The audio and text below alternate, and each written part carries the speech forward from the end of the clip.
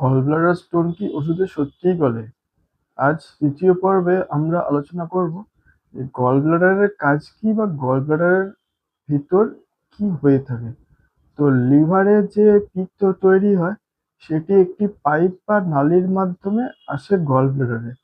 গলব্লাডারে ওই পিত্ত গাঢ় বা ঘন হয়, অর্থাৎ কনসেন্ট্রেশন হয়। এই কনসেন্ট্রেশন ব্যাপারটা একটি নির্দিষ্ট মাত্রা পর্যন্ত হয়, কিন্তু কখনোই সেটি বেশি কনসেন্ট্রেটেড অর্থাৎ সুপার স্যাচুরেটেড স্বাভাবিক অবস্থায় হয় না।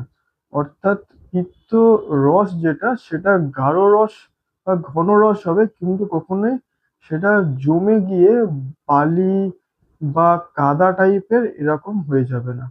তো এরপর যখন এটি গাঢ় বা ঘন পিত্ত হয়ে গেল, এরপর আপনি যখন খাবার খাবেন তখন গল ব্লাডারটি এরকম ভাবে সংকুচিত হবে।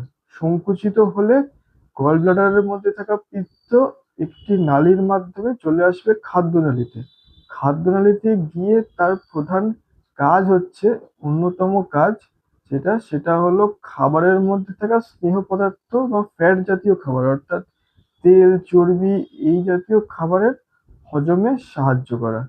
তো এই ক্ষেত্রে গলব্লাডারের এই যে সংকোচন, এটিও হচ্ছে ইম্পর্টেন্ট। তো আপনি যখন খাবার খাচ্ছেন তারপর গলব্লাডারের সংকোচন হচ্ছে এরকম। আর যখন আপনি খাবার খাচ্ছেন না বা খালি পেটে রয়েছেন, তখন গলব্লাডারটা কি হচ্ছে, আস্তে আস্তে প্রসারিত হচ্ছে। তার কারণ তার ভিতর এই পিত্ত এসে জমা হচ্ছে লিভার থেকে। তো এই দুটি জিনিসই খুব গুরুত্বপূর্ণ। এক হলো গলব্লাডারের ভেতর পিত্ত, সেটি কনসেন্ট্রেশন হয়, এবং দুই, গলব্লাডারের নর্মাল সংকোচন প্রসারণ। এই জিনিসটা বোঝা থাকলে তবে গিয়ে আমরা বুঝতে পারবো গলব্লাডারের ভেতর স্টোন কেন তৈরি হয়।